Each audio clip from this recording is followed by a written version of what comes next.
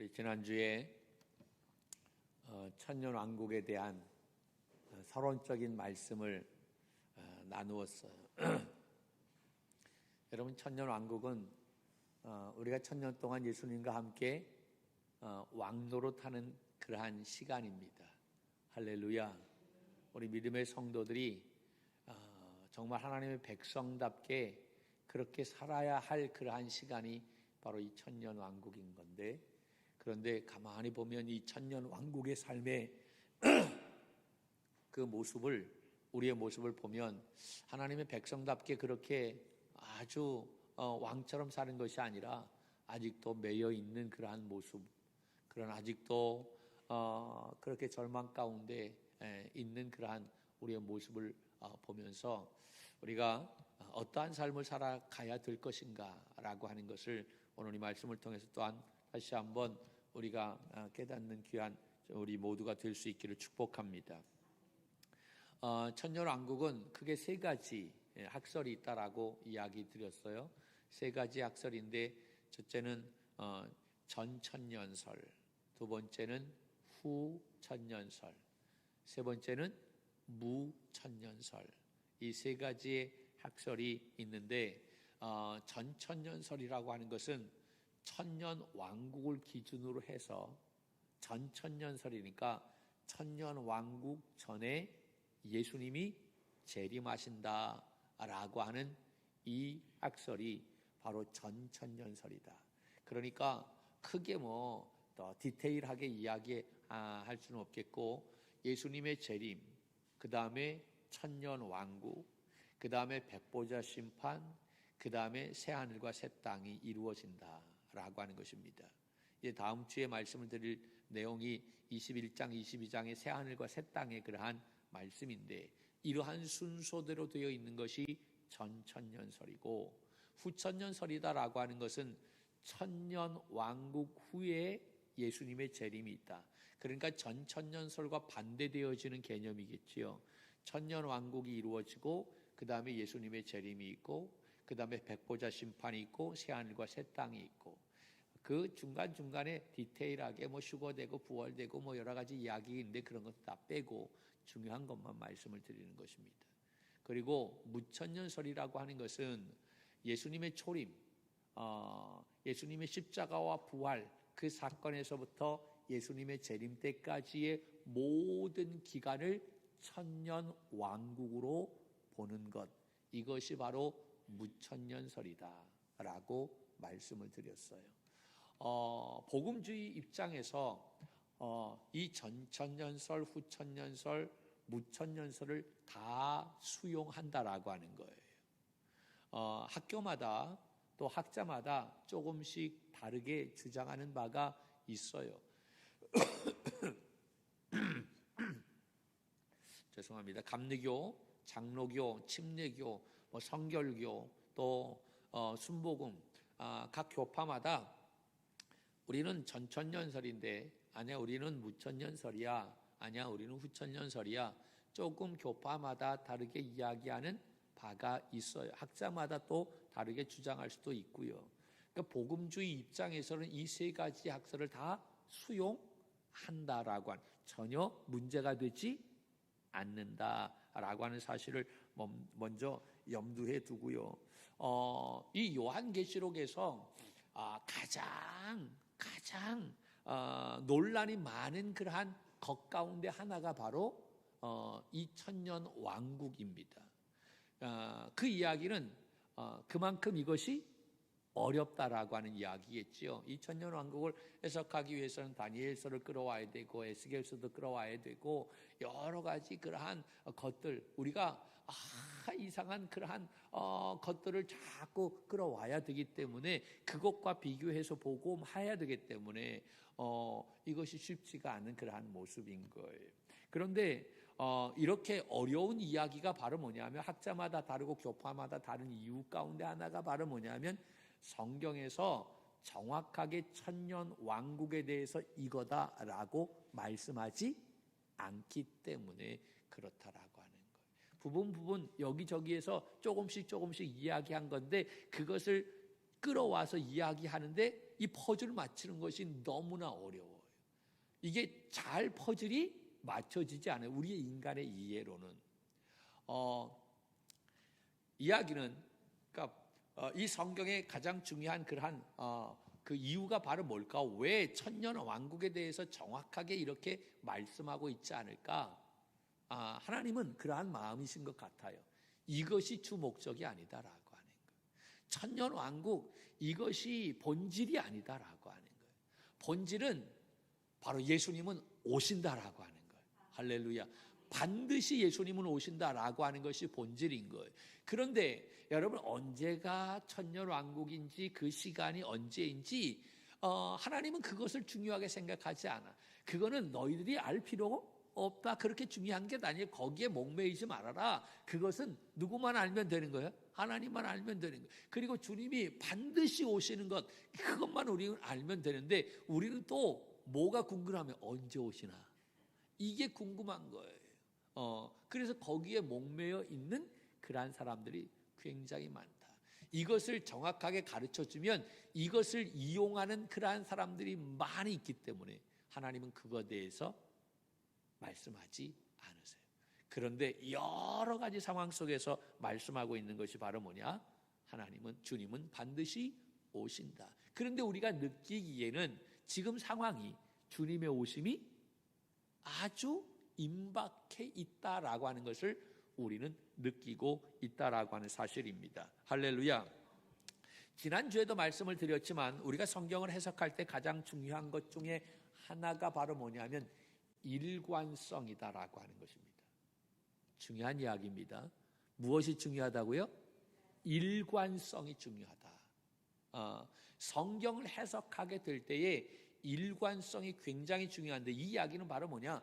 우리가 창세기를 보든지 출애굽기를 보든지 말라기를 보든지 마태복음을 보든지 요한계시록을 보든지 성경을 보게 될 때, 그리고 그것을 해석하게 될 때 창세기서부터 요한계시록까지 일관된 그러한 마음을 가지고 보아야 된다라고 하는. 예를 든다면 내가 이 세 가지 학설 가운데 내가 무천년설을 내가 주장한다. 그렇다고 한다면 그 무천년설이라고 하는 그것을 가지고 창세기서부터 요한계시록까지 봐야 된다라고 하는 거예요. 어떤 것은 전천년설을, 어떤 것은 후천년설을, 어떤 것은 무천년설을 주장하면 이게 문제가 되어지는 거예요. 일관성이라고 하는 것은 같은 그러한 관점으로 봐야 되는 거예요. 할렐루야. 창세기를 해석할 때나 또 뭐 출애굽기를 해석할 때나 요한계시록을 해석할 때나 같은 그러한 관점을 가지고 우리가 해석해 내야 되는 것입니다. 그리고 우리가 어떤 것을 해석해요? 해석할 때에는 반드시 거기에 대한 근거가 있어야 된다라고 하는 것입니다. 그런데 그 근거는 바로 어디에서 찾아야 되냐면 성경에서 찾아야만 됩니다. 누가 이랬대더라, 어떤 신학자가 이러한 말을 했어, 어떠한 목사님이 이러한 이야기 했는데, 여러분 다 필요 없어요. 그것이 중요한 것이 아니라 성경에서 이야기했느냐라고 하는 거예요. 성경보다 더 우선이 되어지는 것 있어요? 없어요? 없어요. 우리는 가장 중요한 것을 성경으로 봅니다. 그래서 성경에서 말하면 아무리 논란이 많다라고 할지라도 성경에서 이렇다라고 하면 그것으로 스톱. 우리가 논의할 수 없어요. 성경에서 이야기하면 그것으로 끝나는 거예요. 그 말을 우리가 받아들이고 그 말씀대로 순종하고 살아가면 되는 것입니다. 할렐루야. 거기에 대해서 우리가 옳다 아니다라고 이야기할 그러한 상황이 아니다라고 하는 거예요. 성경보다 더 우선이 되어지는 것이 없기 때문에. 그러므로 우리가 해석할 때에는 반드시 근거를 찾아야 되는데, 그 근거는 어디에서 찾아야 된다? 성경에서 찾아내야 된다라고 하는. 자, 이러한 원칙을 가지고 오늘 이 천년 왕국에 대한 말씀을 조금 더 깊게 나누려고 합니다. 자, 천년 왕국이라고 하는 것은, 자, 여기를 보세요. 이런 거지요. 천년 왕국이라고 하는 것은 용이 잡혔을 때서부터, 용이 바로 누굽니까? 네? 사탄이지요. 사탄이 잡혔을 때부터 사탄이 풀려날 때까지의 기간을 우리가 천년왕국이라고 이야기합니다. 그 기간이 몇 년이라고요? 1000년이라고 얘기했어요. 우리가 계속해서 이야기했지만 이 1000년은 문자적으로 해석하지 않았어요. 그러므로 이 1000년 왕국도 문자적으로 해석하지 않고 상징적으로 해석을 한다라고, 일관성이라고 이야기했죠. 일관성을 가지고 여러분, 1000년 왕국도 1000이라고 하는 그 숫자에 얽매여 있는 것이 아니라 이때 당시에 가장 큰 숫자가 1000이었기 때문에 이 1000이라고 하는 것은 1000을 이야기하는 것이 아니라 길다, 오래다라고 하는 의미. 그러므로 이 1000년 왕국이라고 하는 것은 긴 시간을 말한다라고 하는 사실입니다. 할렐루야.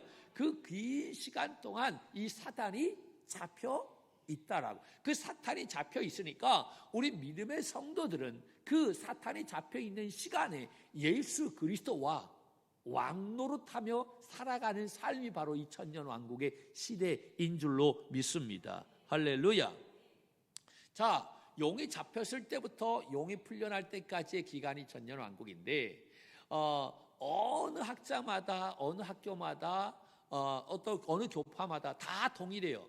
용이 풀려날 때는 바로 언제냐? 바로 예수 그리스도가 재림하실 때 바로 용이 풀려난다. 이것은 감리교, 장로교, 침례교, 성교교 다 동일해요. 어떠한 학자들도 다 동일하게 여기에 대해서는 이견이 없어요. 문제가 없어요. 근데 문제는 바로 뭐냐면 용이 잡힐 때, 이때가 언제냐라고 하는 이것을 가지고 조금씩 달라지는 거예요. 자, 오늘은 우리가 이때를 추정해 보는 거예요. 성경을 가지고 여러분들이 함께 생각을 해 보실 수 있기를 바랍니다. 먼저 우리가 생각해야 될 것은 바로 이 용이 잡혀가지고 어디에 들어가느냐? 무저갱에 들어가는데, 이 무저갱이라고 하는 이 말이 요한계시록 9장 말씀에도 나오고 오늘 20장 말씀 속에도 나와요. 그 용이 무저갱에 들어가게 된다라고 이야기하는데, 여러분, 이 무저갱이라고 하는 것이 바로 그게 뭘까? 무저갱. 이 무저갱을 우리는 어떤 물리적인 공간으로 우리가 생각하는 경우가 굉장히 많이 있어요. 그것을 좀 뛰어넘어야만 됩니다. 우리의 생각의 폭을 좀 넓혀야만 됩니다. 무저갱은 어떤 물리적인 공간을 말하는 것이 아니라 어떠한 상태를 문학적으로 표현한 것이 바로 무저갱이다라고 하는 거예요. 왜냐하면 요한계시록은 묵시 문학입니다. 그러니까 문학적으로 표현해냈다라고 하는 어떤 공간을 생각하게 되면 우리가 해석하는 데 있어서 굉장히 좀 좁아질 수 있어요. 좀 폭을 넓혀서 한문으로 무저갱을 풀이하면, 한문으로 무자는 무슨 무자일까요? 없을무가 되겠지. 쉽죠? 없을무. 저는 낮을 저. 그 다음에 갱은 구덩이갱인 거예요. 그러니까 없어요, 낮아요, 구덩이예요. 구덩인데 무엇이 없느냐면 바닥이 없어. 바닥이 없는 아주 깊은 그러한 구덩이를 말하는 거예요. 그것을 무저갱, 한문으로 얘기한다면, 그러니까 조금 쉽게 우리가 이 무저갱을 받아들일 수 있겠지요. 아주 깊어요. 그런데 무엇이 없어? 바닥이 없어. 여러분도 그러한 꿈을 꿨는지 모르겠어. 나 예전에 이런 꿈을 꿔봤어요. 꿈을 꿨는데 내가 막 떨어지는데 계속 떨어지는 거야. 나만 이런 꿈 꿨나? 그러다가 벌떡 그냥 한도 끝도 없이 떨어지는 그런 꿈을 꾸는 거예요. 우리가 떨어지다 보면 뭔가 바닥이 이렇게 보여야 되는데 바닥이 보이지 않는 그런. 어렸을 때 그런 꿈을 왜 이렇게 꿨는지 모르겠어요. 한도 끝도 없는 깊은 곳으로 막 떨어지는 그런 걸, 그래서 벌떡 일어난 때가 많이 있었어요. 바로 그렇게 그때에 일어나서의 그 뭐라 그럴게 그 무서움, 공포, 그것이 굉장히 많이 있었던 것 같아요. 바로 무적행이라고 하는 것은 바닥이 없는 그런 아주 깊은 구덩이 같은 곳인데, 성경은 이것을 무엇으로 또 표현했느냐? 스올이라고 표현했고, 또 그것을 음부라고도 이야기했고, 그것을 또 지옥이라고도 이야기하는 거예요.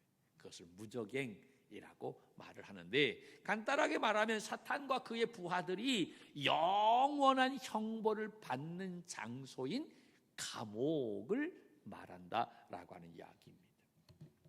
그러니까 이 무적행이라고 하는 말은 우주 공간의 어떠한 실제적인 공간을 말하기보다는 사탄이 결박당해서 아주 지금 깊은 웅덩이에 들어가 거기에서 확고하게 제압되어져 있는 상태, 그래서 그의 활동이 제한되어져 있는 상태를 무적행이라고 말할 수가 있다라고 하는 것입니다. 우리가 이제 지옥, 감옥이라고 하면 어떤 공간, 어떤 이런 장소, 저 지하실 같은 그런 장소 이렇게로 생각하는데, 어떤 장소보다는 그런 거예요. 좀 우리가 이제 열왕기상의 말씀을 새벽마다 우리가 나누게 되는데, 우리 묵상하잖아요. 거기에 시므이라고 하는 사람이 나오죠.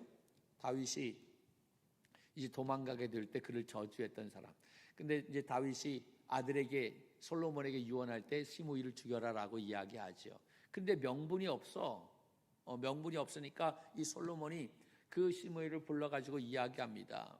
너가 이 예루살렘을 떠나지 말아라. 만약에 네가 이 예루살렘을 떠나는 날에는 내가 어떻게 한다? 죽는다라고 이야기해요. 그래서 시므이가 그것을 좋게 받아들였어요. 뭐 자기가 떠날 일도 없겠지. 그리고 그는 사울의 그런 베냐민 지파의 후손이었으니까 자기가 거기에 있으면서 또 영향력을 발휘해서 그렇게 살아가면 되겠지라고 생각했어요. 근데 2년이 지났어요. 2년이 지난 이후에 어떠한 일이 일어났냐면, 이 시므이의 종들 가운데 2명이 그 집을 도망갔어요. 그 집에서 도망가서 가드로 내려갔어요. 이 사실을 이 시므이가 알고 그 종을 잡으려고 예루살렘을 떠나서 가드까지 가서 그들을 잡아왔어요. 이 소식을 누가 들었어요?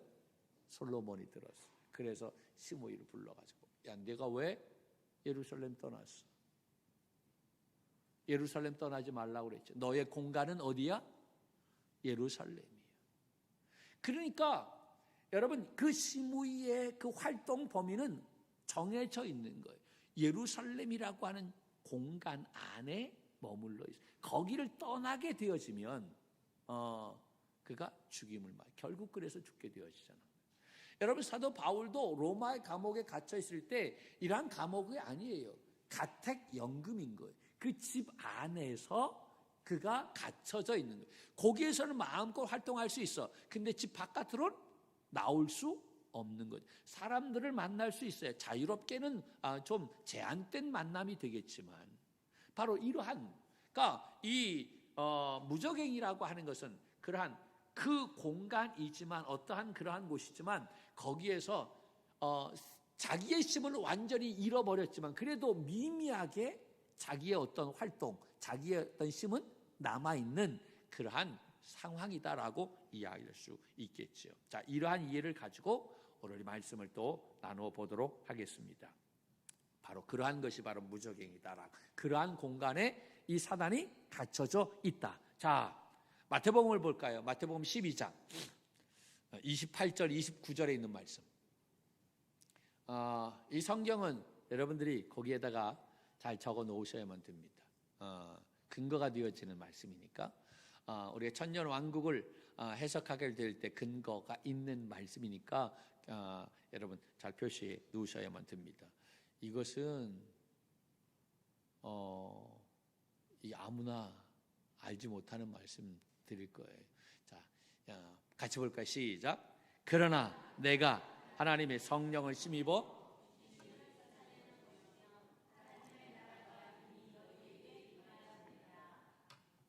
사람이 먼저 강한 자를 결박하지 않고서야 어떻게 그 강한 자의 집에 들어가 그 세간을 강탈하겠느냐? 결박한 후에야 그 집을 강탈하리라. 아멘. 여러분, 이 말씀은 예수님이 귀신이 들려서 눈 멀고 말 못하는 사람을 고쳐주셨을 때 바리새인들이 그 모습을 바라보고 뭐라고 얘기하냐면, 야, 이것은 귀신의 왕인 바알세불의 힘을 빌어가지고 귀신을 쫓아낸 것이다 라고 그렇게 이야기했다는 거예요. 예수님이 그들의 생각을 아시고 예수님이 그들에게, 그 바리새인들에게 이렇게 질문을 합니다. 야, 지금 잃어버린 자들이 있어. 그런데 그 잃어버린 자들이 누구의 종이 되어져 버렸느냐? 사탄의 종이 되어져 버렸어. 하나님의 자녀들이었는데 이 하나님의 자녀들을 잃어버려가지고 지금 사탄의 종이 되어졌어. 그래서 묶여 있어. 그러면 그 사탄에 묶여 있는 하나님의 자녀들을 자유하게 해주기 위해서는 어떻게 해야 되겠냐? 라고 그렇게 질문하셨어요. 그러면서 예수님이 그들에게 말씀하시기를, 그 하나님의 자녀들을 결박하고 있는 사단을 먼저 결박해야만 하는 것 아니냐? 그래야만 그들을 자유하게 해줄 수 있는 것 아니냐? 라고 그렇게 말씀하시는 거예요. 그러면서 아주 중요한 말씀을 하셨는데, 뭐라고 말씀하셨느냐면, 성령을 힘입어가지고 귀신을 쫓아내는 것이라고 한다면 하나님의 나라가 이미 임했다 라고 그렇게 말씀하고 있어요. 여러분, 여기서 말하는 하나님의 나라는 요한계시록 21장 22장에 나와 있는 새하늘과 새 땅을 이야기하는 거예요. 바로 우리가 잘 아는 천국을 말하고 있는 거예요. 그러니까 성령을 힘입어서 귀신을 쫓아냈다 라고 하면 그 순간에 이미 그 사람에게는 하나님의 나라 천국이 임하게 됐다라고 하는 거예요. 그런데 여기에서 성령을 힘입어서 귀신을 쫓아냈다라고 이야기합니다. 이 귀신을 쫓아냈다라고 하는 이 표현은 바로 용이 잡혔다라고 하는 그러한 의미가 아니겠느냐라고 하는 거예요. 이 말씀은 마태복음에만 나와 있는 것이 아니라 누가복음과 마가복음의 말씀에도 나와 있어요. 그만큼 중요하기 때문에 이 말씀이 나와 있겠죠. 아직도 이 말씀이 용이 잡혔다라고 받아들이기가 조금 그렇지요. 또 나갈까요? 누가복음 10장의 말씀을 한번 보십시다. 누가복음 10장 1절, 2절 말씀입니다. 같이 봅니다. 시작. 그 후에 주께서 따로 70인을 세우사 친히 가시려는 각 동네와 각 지역으로 둘씩 앞서 보내시며 이르시되 추수할 것이 많되 일꾼이 적으니 그러므로 추수하는 주인에게 청하여 추수한 일꾼들을 보내주소서 하라. 아멘. 여러분, 이 말씀은 예수님이 70인을 세웠어요. 그 70인을 세우고 둘씩 짝을 지어서 세상에 내보내셨어요. 이유가 바로 뭐냐면, 야, 추수할 것이 많은데 일꾼이 적다. 너희들 가서 그 많은 영혼들을 구원해내라, 전도하라 라고 하는 말씀을 그들에게 주고 바로 사명을 주고 둘씩 내보냈다는 거예요. 그들이 전도하고 돌아왔어요. 돌아오고 나서 그들이 예수님에게 이제 전도하고 나면 보고하잖아. 전도 보고를 예수님에게 하는 것이 17절 말씀인 거예요. 17절에 뭐라고 이야기하고 있느냐? 이렇게 말씀하고 있어요. 17절 시작. 70인이 기뻐하며 돌아와 이르되 주여 주의 이름이면 귀신들도 우리에게 항복하더이다. 아멘. 할렐루야. 이 70명이 전도하고 들어와서 예수님에게 이야기하는, 예수님 너무 좋아가지고 예수님의 이름을 선포했더니 귀신들이 우리에게 다 뭐 했다고요? 항복했다라고 하는 거예요. 두 손 들었다라고 하는 거예요. 그러자 그 예수님이 그 70인들에게 뭐라고 얘기했냐면 18절 말씀 이렇게 이야기합니다. 18절 시작. 이르시되 사탄이 하늘로부터 번개같이 떨어지는 것을 내가 보았노라. 아멘. 할렐루야. 70인들이 예수님의 이름을 선포했더니 이 사탄들이 항복합니다 라고 했더니 예수님이 하신 말씀이 뭐라고 얘기합니까? 사탄이 하늘에서부터 번개같이 떨어지는 것을 내가 보았다. 여러분, 떨어질 것이라고 말하지 않았어요. 떨어진 것을 보았다라고 그렇게 말씀했어요. 사탄이 하늘에서 번개같이 떨어졌다. 여러분, 이 이야기는 사탄이 잡혀서 무저갱에 떨어졌다라고 하는 그러한 말씀이 아닌가라고 하는 거예요. 또 말씀을 볼까요? 베드로후서 2장 4절에 있는 말씀. 베드로후서 2장 4절 시작. 하나님이 범죄한 천사들 용서하지 아니하시고 지옥에 던져 어두운 구덩이에 두어 심판 때까지 지키게 하셨으며 아멘. 여기에 보면 지옥에 던져 어두운 구덩이에 두었다라고 얘기했는데 이 어두운 구덩이가 바로 무엇을 이야기할까요? 무저갱, 깊은 그러한 구덩이, 바로 스월, 음부, 바로 무저갱을 이야기하는 거예요. 여기에 어느 때까지 둔다고요? 심판 때까지. 심판 때까지 가두시겠다. 백보자 심판하실 때 그들을 거기에서 그때까지 가두시겠다라고 말씀하고 있는. 자, 유다서 1장 6절 말씀을 볼까요? 유다서 1장 6절 시작. 또 자기 지위를 지키지 아니하고 자기 처소를 떠난 천사들을 큰 심판 날까지 영원한 결박으로 흑암에 가두셨으며 아멘. 큰 날의 심판, 백보자 심판을 이야기합니다. 그때까지 영원한 결박으로 어디에 가두셨다? 흑암에 가두셨다. 여러분, 지금까지 말씀드렸던 이러한 말씀들을 우리가 종합해 보면 이 요한계시록 20장 2절에 나와 있는 이 용이 잡혔다라고 하는 이 말씀은 이미 일어난 일이라고 볼 수 있을까요? 없을까요? 이미 일어난 일이다라고 하는 거예요. 그렇다고 한다면 이 말씀은 바로 무엇을 의미하느냐? 바로 예수 그리스도의 십자가와 부활과 승천으로 인해서 이 사탄이 결박되어졌다. 여기서 결박되었다라고 하는 것은 그의 힘을 잃어버렸다라고 하는 이야기. 우리나라 말이요, 참 이게 쉽지가 않아요. 표현하는 것이 참 어려워요. 그러니까 묶였다, 결박되었다, 힘을 잃어버렸다라고 하는 이야기인 거예요. 이것은 바로 예수님의 초림을 말하는 것이다라고 하는 거죠. 그러면 이 사단이 풀려났다라고 하는 것은 바로 예수님의 재림을 말하는 거죠. 여기에 대해서는 이견이 없다라고 이야기했잖아요. 그러니까 여러분, 지금 우리가 살고 있는 이 시대는 바로 무슨 시대인 거예요? 지금 내가 살고 있는 이 시대는 예수님의 초림, 예수님의 재림, 이 기간이 무슨 왕국인 거예요?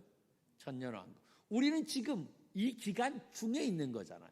그러니까 나는 지금 어느 시간 시대에 살고 있는 거예요? 천년왕국 그 시대 중간에 살고 있는 거예요.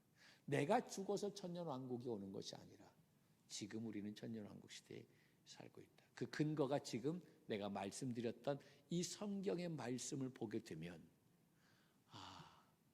이 용이 지금 잡혀있는 그러한 순간이다. 그러면 그 용이 언제 잡혔느냐? 예수님이 십자가의 사건으로 말미암아 부활하시고 승천하실 때, 이때 이 용은 모든 힘을 다 잃어버리고 그때 그는 무적에게 들어가서 모든 힘을 잃어버린 그러한 상태이다라고 하는 사실입니다. 그러면 우리는 또 질문하죠. 왜 그러면 사단이 풀려나느냐? 용이 이 예수님이 재림하실 때 이 사단이 풀려난다, 용이 풀려난다라고 이야기하는데 그것은 쉬워요. 그것은 사탄이 재판을 받기 위해서 잠깐 동안 풀려나는 거예요. 오늘 이 봉독한 말씀도 3절에 보면 그 후에는 반드시 잠깐 놓이리니, 뭐라고 그랬어요? 잠깐 놓인다 그랬잖아요. 잠깐 재판받기 위해서 잠깐 놓이는 거예요. 여러분, 지금 사탄은 무적에게 있어요. 그렇죠? 거기에 갇혀 있어요. 여러분, 죄인이 재판을 받게 될 때에 감옥에서 재판을 받아요? 재판장에서 재판을 받아요? 그렇죠. 재판장에서 재판을 받잖아요. 가봤어야 알지. 우리는 재판을 받아봤어야 하여튼 재판을 받을 때는 감옥에서 재판을 받는 것이 아니라 판사가 있는 재판 한 거기까지 가야 돼. 그러면 그 죄인이 거기까지 오려면 감옥에서 어떻게 해야 돼? 나와야 되는 거예요. 그 의미다라고 하는 거예요. 쉽지요? 잠깐 나오. 이것은 그가 자유를 얻고 용서를 받기 위해서가 아니라 그 결박에서 영원한 심판을 받기 위해서, 백보자 심판을 받기 위해서 바로 잠깐 나오는 것이다 라는 이야기. 그러므로 여기에서 용이 잡혔다라고 하는 것은 상당한 세력을 그가 잃어버렸다라고 하는 것인데, 여러분, 원시복음이라고 하는 것이 있어요. 최초의 복음이다라고 이야기하는 거지요. 그것이 이제 창세기 3장 15절 말씀에 나와 있는 말씀인데, 이 말씀이 원시복음이기 때문에 그만큼 중요하다. 최초의 복음이다라고 이야기할 수 있어요. 3장 15절 뭐라고 되어 있는지 볼까요? 시작. 내가 너로 여자와 원수가 되게 하고 내 후손도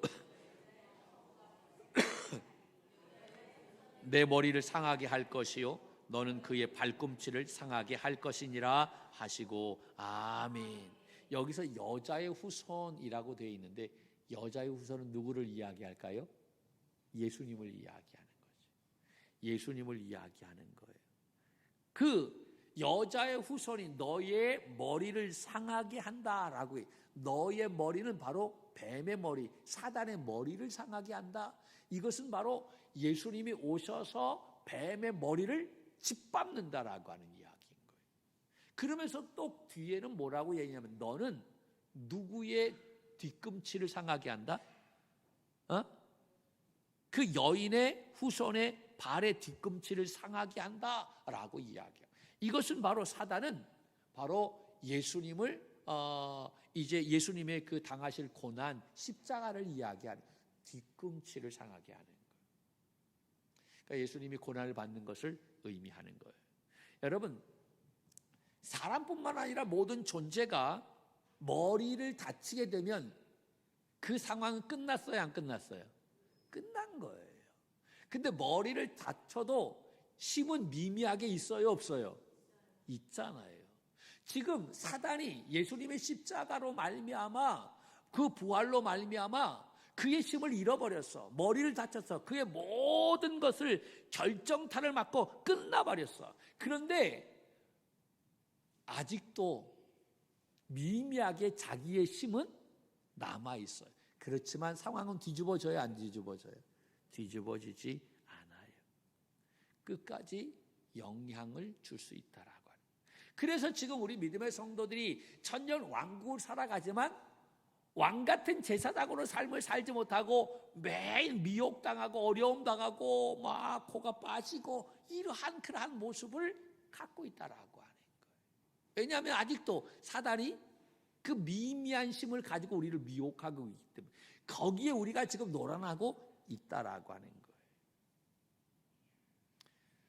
우리가 이 천년 왕국 동안 어떻게 살아가야 할 것인지 다음 주의 말씀인 거예요. 이게 중요한 거예요. 마지막 결론, 다음 주 이제 요한계시록을 끝냅니다. 할렐루야.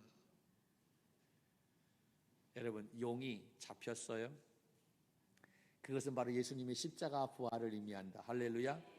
용이 풀려났어요. 그것은 바로 예수님의 재림을 이야기한다. 그 기간이 바로 무슨 왕국? 천년 왕국이다. 그러니까 지금 우리는 무슨 왕국의 시대에 살고 있다? 천년 왕국의 시대에 살고 있다. 여러분, 그렇다고 한다면 이 천년 왕국은 이 사단이 묶여 있으니까 우리가 예수님과 함께 왕노릇하며 살아가는 삶이 되어야 하잖아요. 그런데 지금 실제적으로는 그러한 삶을 살고 있어요? 그렇지 못해요.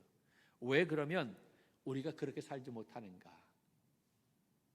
이것이 실감이 되지 않는 모습인 거예요. 아직도 우리는 이것이 받아들이지를 잘 못하고 있기 때문에 내가 하나님의 자녀가 되어졌는데 그거를 내가 아직도 알지를 못하기 때문에 누리지 못하는 그러한 삶인 거예요. 이제 누려야만 됩니다. 이 말씀은 다음 주에 함께 나누도록 하려고 합니다.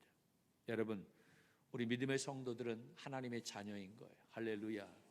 사단은 지금 결박되어져 있어요. 물론 그의 힘은 미미하게 남아 있어요. 그의 힘으로 지금 우리를 미혹하고 있습니다. 그런데 우리가 거기에 여러분 현혹되어져서는 안 된다. 우리 하나님의 자녀답게 우리의 삶은 그리스도와 함께 왕같은 제사장으로 살아가는 삶이 되어야 하는 줄로 믿습니다. 이 한 주간도 우리가 하나님의 자녀답게 여러분 선한 싸움을 싸워 승리하는 우리 믿음의 종들이 될 수 있기를 주님의 이름으로 간절히 축원합니다.